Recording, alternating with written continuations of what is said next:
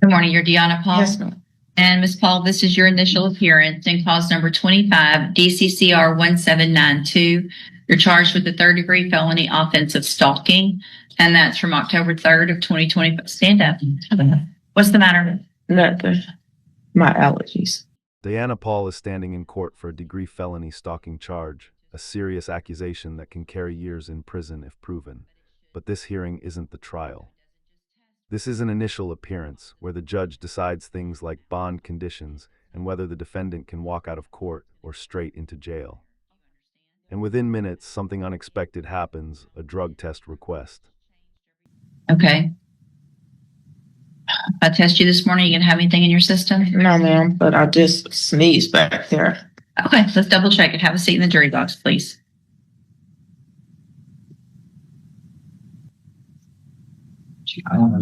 So, Ms. Paul, I received a note that you refused to take a drug test. Yes, ma'am, because I leaned against the thing. I just finished sneezing back there, and I felt like I was being singled out. I know I have alcohol in my system So from here, the night before. so let me explain. If you don't test and let me see what is or is not in your system, then I'm going to assume that you're positive, Okay. and I will raise your bond for sure, and you'll go to jail. Okay. So do you want to take the test and let me see what's in your system? I don't have anything in my system besides alcohol. Then go take the test. I can't pee. Where? I just had water. Then you want me to go ahead and send you to jail? I don't know. You haven't even finished running down my charges to me. What? Running down my charges to me.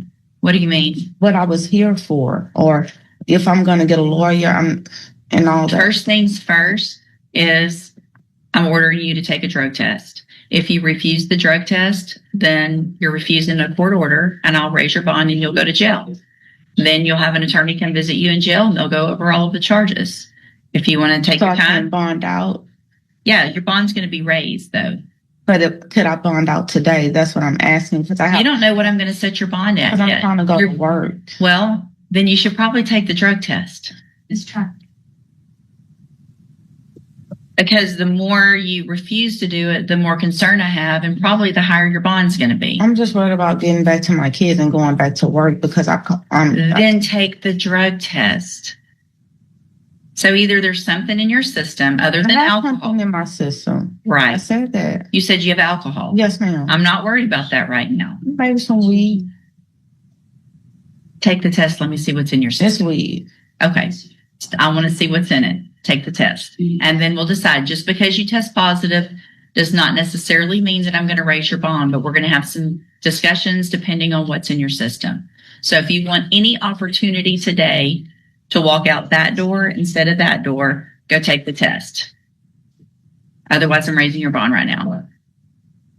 I can sit and see if I can pee. Go try.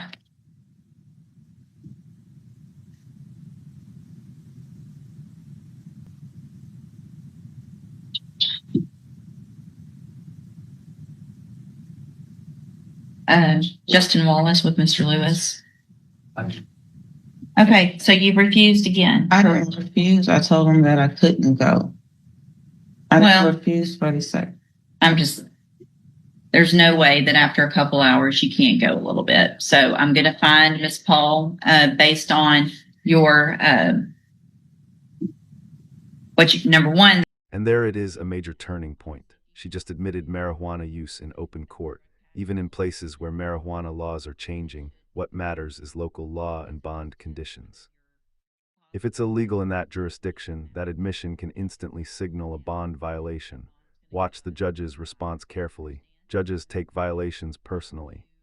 That you smoke marijuana. You told the man in the back, the drug tester, that you smoke daily, and that you used alcohol also yesterday, which alcohol's I'm not so worried about unless you're driving, but obviously using marijuana is a violation of the law, which means it's a violation of your bond conditions. Okay.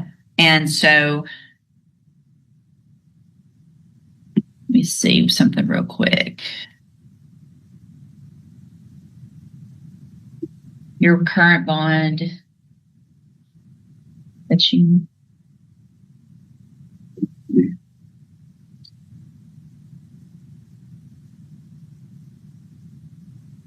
I'm going to I need to take a look at probable cause affidavit. Give me just a minute to get you more information about you and your case, and then I'll decide what to set your new bond at.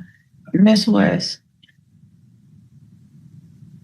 can I say, I know that I'm going to jail today. That's fine. But I feel like I've been the victim in this and I have the proof. I'm just overwhelmed at this point with the whole situation.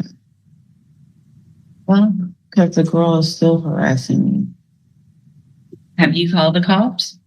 No, but I have the proof of her going to my job recently, letters from my job and her job.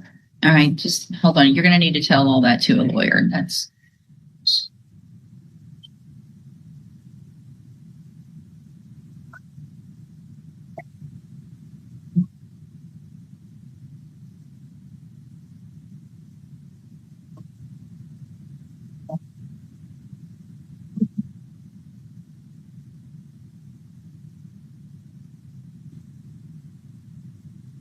You still have that assault down the hall pending? I have to go to that courtroom for the same person.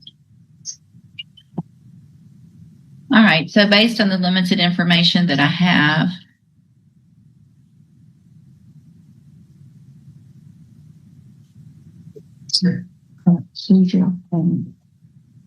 Jeez.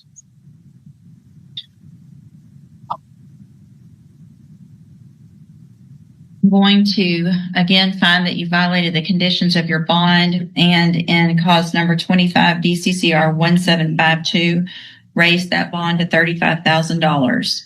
A condition of that bond, if you make it, is that you have to have a drug patch put on within 24 hours of your release from custody. Okay. And obviously, if you get out soon, I'm going to assume that that drug patch will initially be positive. Okay. But it should be going down. So Okay. it doesn't just test whether you're positive or negative. It gives me an amount. Okay. And if it's not going down, then that bond's going to go up even higher. Do you Okay. understand? Yes, ma'am. If you don't get the drug patch changed every 2 weeks like you're supposed to, some people say, oh, it fell off. And they don't just fall off. Okay. So you need to make sure you have it on at all times. Get it tested when you're supposed to. If you make that bond, go back with the bailiff. Okay. And just like that, the consequences land. The judge raises the bond to $35,000 and adds a drug monitoring patch, meaning the court can track substance levels over time. This hearing wasn't about proving guilt in the stalking case. It was about credibility and compliance, and the court decided the trust was broken. It's a powerful reminder. In court, every answer matters, every admission matters, and every decision can change your freedom in seconds. If this courtroom moment shocked you, hit like, share your opinion in the comments, and subscribe for more real courtroom breakdowns.